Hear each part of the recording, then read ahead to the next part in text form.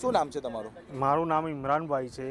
હું 4 વ્હીલર ગાડી લઈને વાંસદા લગ્ન પ્રસંગમાંથી પાછો આવી રહ્યો હતો અને દયાદરા પાસે મારું ગાડીનું ટાયર બ્લાસ્ટ થયું અને પછી 7:30 આ બનાવ બન્યો મારે સાથે અને હેલ્પલાઇન નંબરમાં મેં કોન્ટેક કર્યા તો 12:30 વાગ્યા સુધી મને કોઈ સુવિધા મળી નથી હાઈવે પર અને મારે પછી પ્રાઇવેટ ક્રેન્કવાળાને બોલાવીને મારી ગાડીને ટ્રો કરાવીને અહીંયા માતરના ટોલ ઉતરતા હાઈવે ઉપર ગાડી ડ્રોપ કરી છે.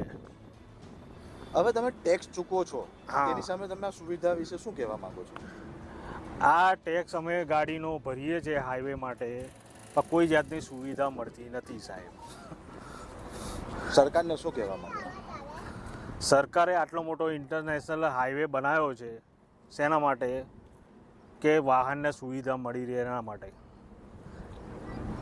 પણ આ ગાડીવાળા પરેશાન થાય એનું જવાબદાર કોણ? તમારો પૃથ્વીરાજભાઈ, આ જે ક્રેન પડેલી છે અહીંયા આગળ કેટલા સમયથી પડેલી છે? અહીંયા 1 મહિનાથી પડેલી છે. 2 મહિનાથી પડેલી. 2 મહિનાથી પડેલી છે. આવી બંધ હાલતમાં જ પડેલી છે.